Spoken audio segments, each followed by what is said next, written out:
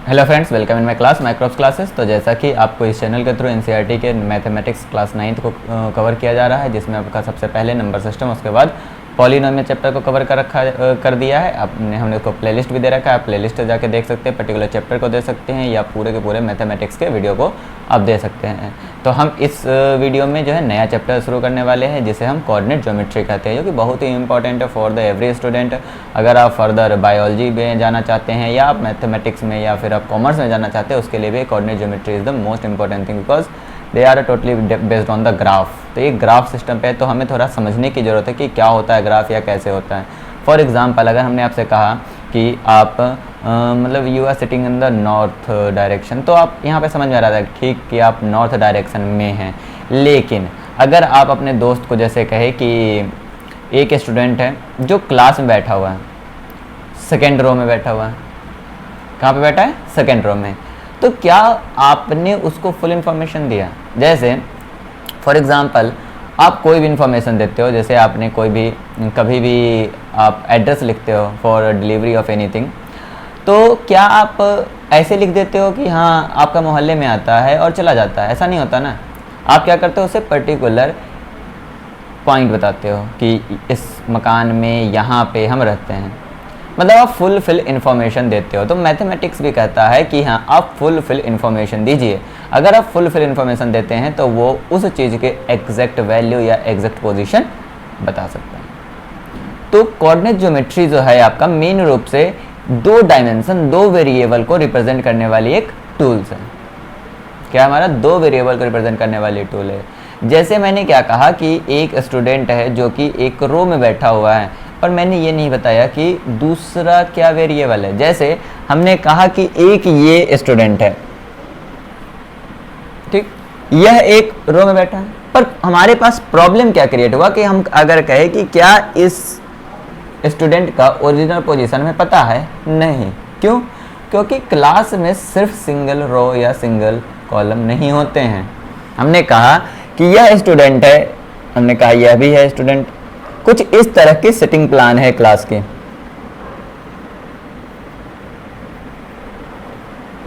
यहां पे जो डॉट्स है वो स्टूडेंट को रिप्रेजेंट कर रहा है।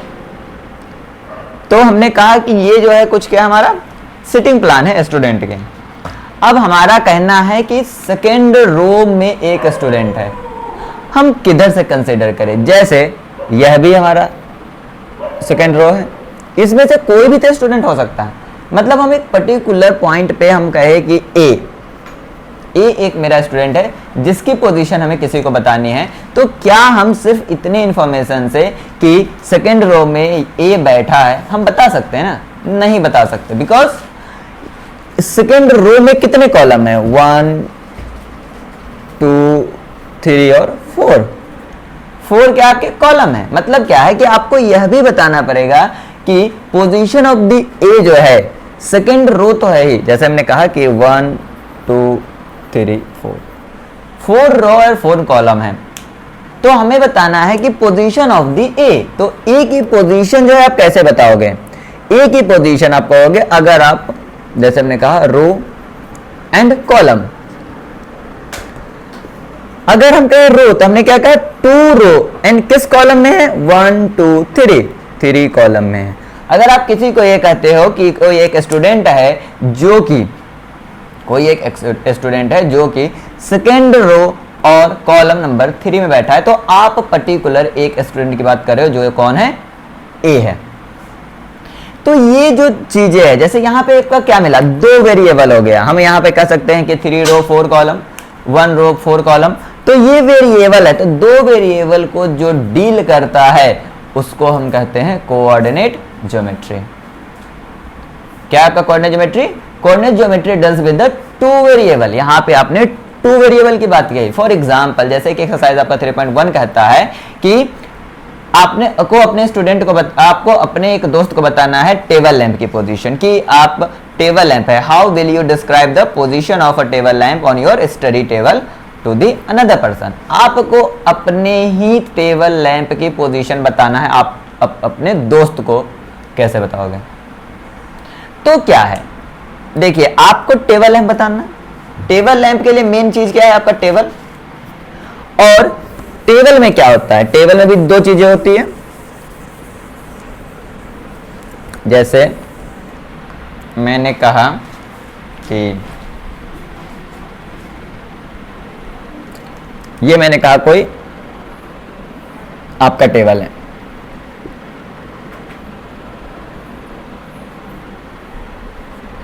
है आपका टेबल, ये मान लीजिए दो जो है आर्म है वो डिसअपियर है। आपने कहा कि ये आपका टेबल है, टेबल लैंप मैंने कहा कि कुछ यहां पे है, टेबल लैंप मैंने कहा टेबल लैंप कुछ यहां पे है।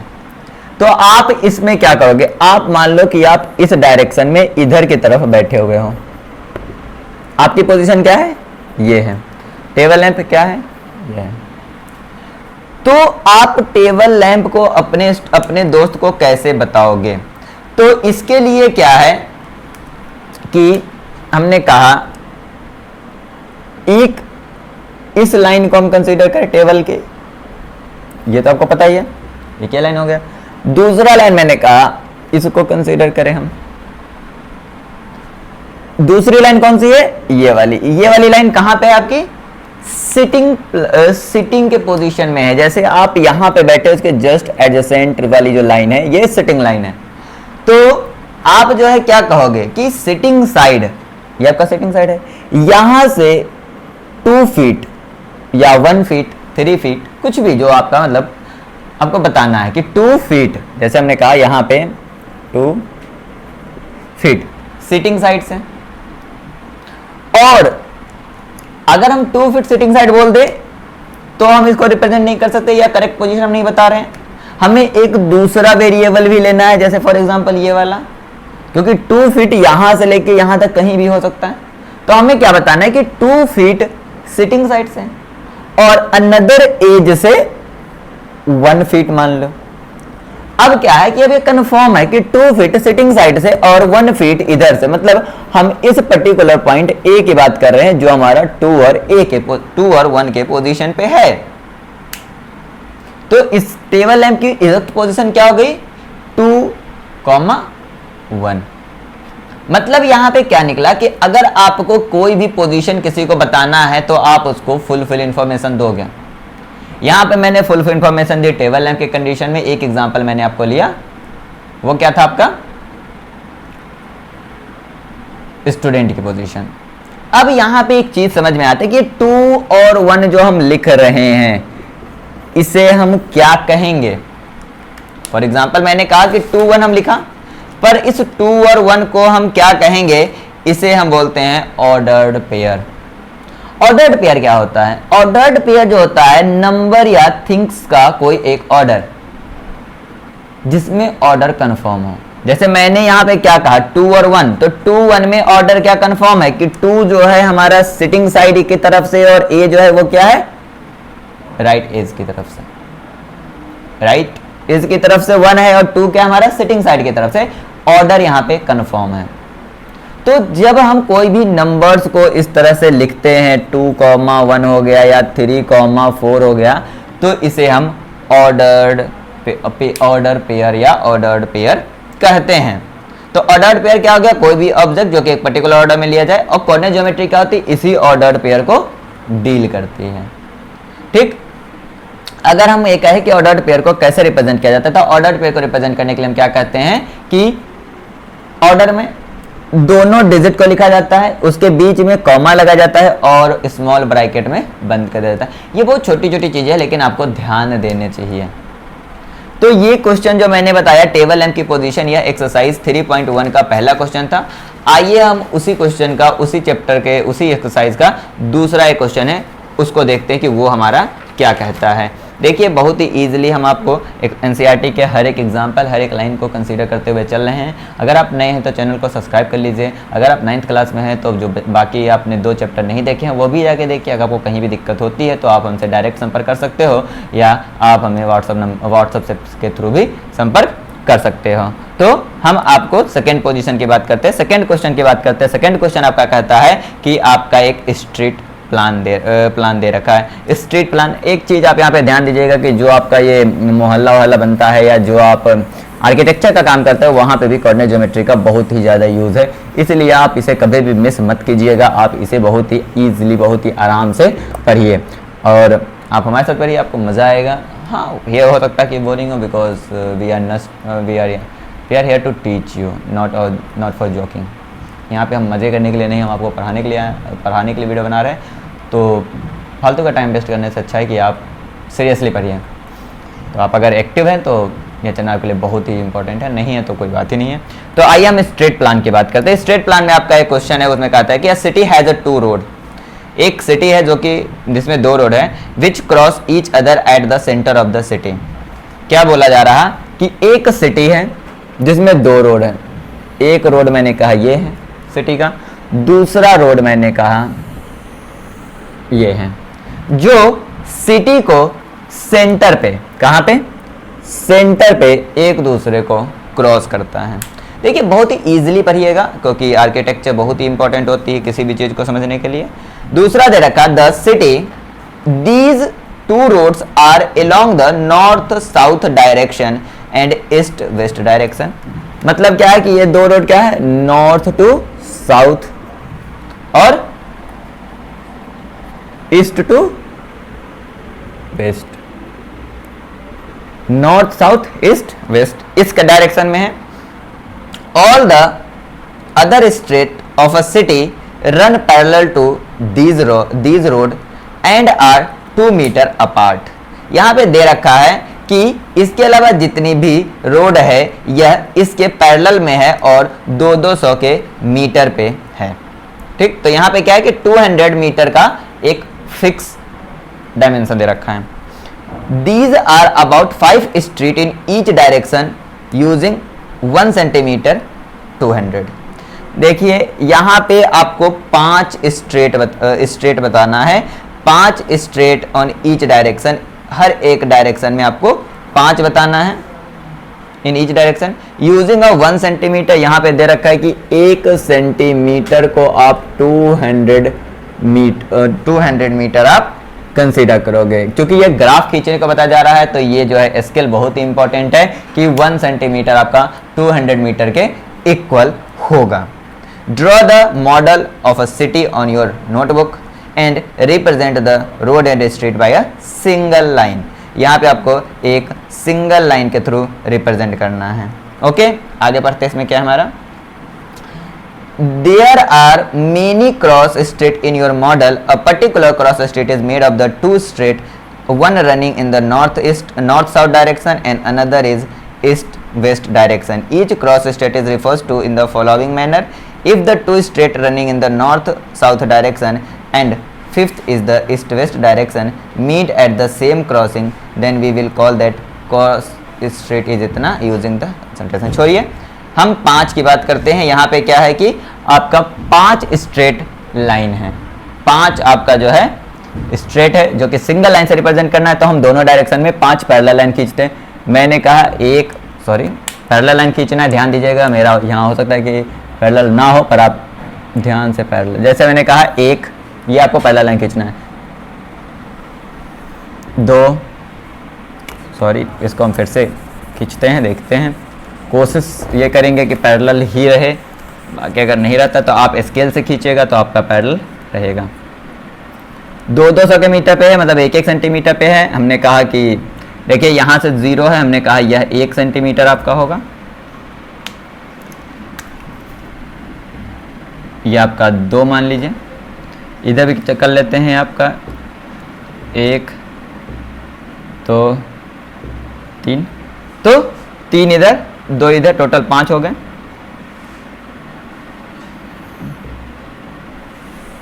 एक 2 3, ये आपको कुछ ज़्यादा ही छोटा हो गया, तो कम गैप है। आप देखिए स्केल से बनाइएगा जिससे कि आपको सही लगे, आपका सही हो, करेक्ट हो। हमें एग्ज़ाम नहीं देना, एग्ज़ाम आपको देना है। यह 1 हो गया और एक ये हो गया, तो ये आपका 5 हो गया। देखिए 5 है कि नहीं, 1 2 3 4 5। आपको 5 क्या है, इस डायरेक्शन में खींचना है। तो आप देखिए यहाँ से क्या होगा, हमने कहा 1 2 3 सॉरी 4 और 5। देखते हैं यहाँ पे हम, ये हो गया आपका 1, ये हो गया 2, ये हो गया 3 4 5। आप स्केल से खींचेगा और पेंसिल आप जैसे ये जो आपकी दो लाइन है नॉर्थ वाली, ये वाली, ये दोनों को बहुत ही डार्क कीजिएगा। बाकी जितने भी आपने खींचा है स्ट्रेट लाइन, ये सब स्ट्रेट लाइन आपका ये सब हल्के पेंसिल से खींचेगा, जिससे कि आप इजीली कोई भी चीज़ डिस्टिंग्विश कर सकें। यहाँ मैंने ब्लैक का यूज़ किया है क्योंकि रेड वाला चल नहीं रहा है ज़्यादा। तो चलते हैं हम आगे, इसमें से देखते हैं क्या है हमारा। लिखा हुआ है then we will call this cross street 2 और 5 यूजिंग दिस कन्वेंशन फाइंड। तो 2 और 5 है, यहाँ पे आपको लिखना है how many cross street can be refers to as a 3 and 4। आपको 3 and 4 बताना है। तो ध्यान देते हैं कि क्या है, हम यहाँ से एक चीज़ बताते हैं कि आप थोड़ा यहाँ से कीजिए। हमने कहा ये 1 2 3 4 5 ये आपका है, यहाँ से आपका 1 2 3 4 and 5 ये आपका है। आपसे कहा गया है how many cross street can be refers to as a 4 and 5, 4 and 3। देखिए 4 ये हो गया आपका और 3 देखिए आपका ये है, यहाँ पे क्या आपका 4 and 3। और दूसरा है how many cross street can be refers as a 3 and 4, 3 and 4। 3 आपका ये है और 4 आपका ये है। तो आपको सिंपली फाइंड करना है कि 4 और 3 पे कितने स्ट्रीट है या सिटी है, और 3 and 4 पे कितने। आपको इस ग्राफ में इजीली समझ में आ रहा होगा कि 4 और 3 पे 1 है ये वाली सिटी, और 3 और 4 पे भी आपका 1 है। Only one cross street can refers as a 4 and 3 and a different cross straight can refers to as a 3 and 4। this is only one such cross straight। एक दोनों के कंडीशन में। तो मेन इस क्वेश्चन में जो आपको बताया गया है, यह इस क्वेश्चन का मेन मोटो ये है कि क्या आप किसी क्वेश्चन को पढ़ के क्या आप डील कर सकते हो, कि कैसे आप बना सकते हो डायग्राम। ये जैसे ग्राफ का हमने बात की, इस ग्राफ को बनाते समय ध्यान दीजिएगा, मेरे आज 2 मार्कर से 1 मार्कर चल नहीं रहे थे, इसलिए मैंने एक ही पेन यूज़ किया है। आप यहाँ पे पेंसिल यूज़ करोगे, लेकिन पेंसिल एक हल्के हाथों से, एक बहुत ही डार्क यूज़ कर लेना, जिससे कि आप स्ट्रेट लाइन बहुत ही ईजिली फाइंड आउट कर सकते हो। यहाँ पे नंबरिंग कर लेना आप, जिससे कि आप बहुत ही आराम से कोऑर्डिनेट लिख सकते हो। तो इस वीडियो में जो है हमने एक्सरसाइज 3.1 को देखा और थोड़ा कोऑर्डिनेट ज्योमेट्री के बारे में जानने की कोशिश की। नेक्स्ट वीडियो में हम क्या करेंगे, एक्सरसाइज 3.2 की तरफ लीड करेंगे, लेकिन उससे पहले हम उससे कुछ रिलेटेड चीज़ें जैसे कार्टेशियन ग्राफ क्या होता है, या कोऑर्डिनेट जो पॉइंट होती है वो क्या होती है, ऑर्डर्ड पेयर क्या होता है, ओरिजिन क्या है, हम किस डायरेक्शन में चलते थे, पॉजिटिव या निगेटिव, जैसे यहाँ पे लिखा 1 सेंटीमीटर इक्वल टू 200 मीटर, ये स्केल हम क्यों मानते हैं, ये सारी चीज़ें आपको हम नेक्स्ट वीडियो में बताएंगे। अगर आपको वीडियो अच्छा लगा तो वीडियो को लाइक कीजिए, अपने दोस्तों के साथ ज़्यादा इसे शेयर कीजिए, आप नए हैं तो चैनल को सब्सक्राइब कीजिए। Thank you for watching this video.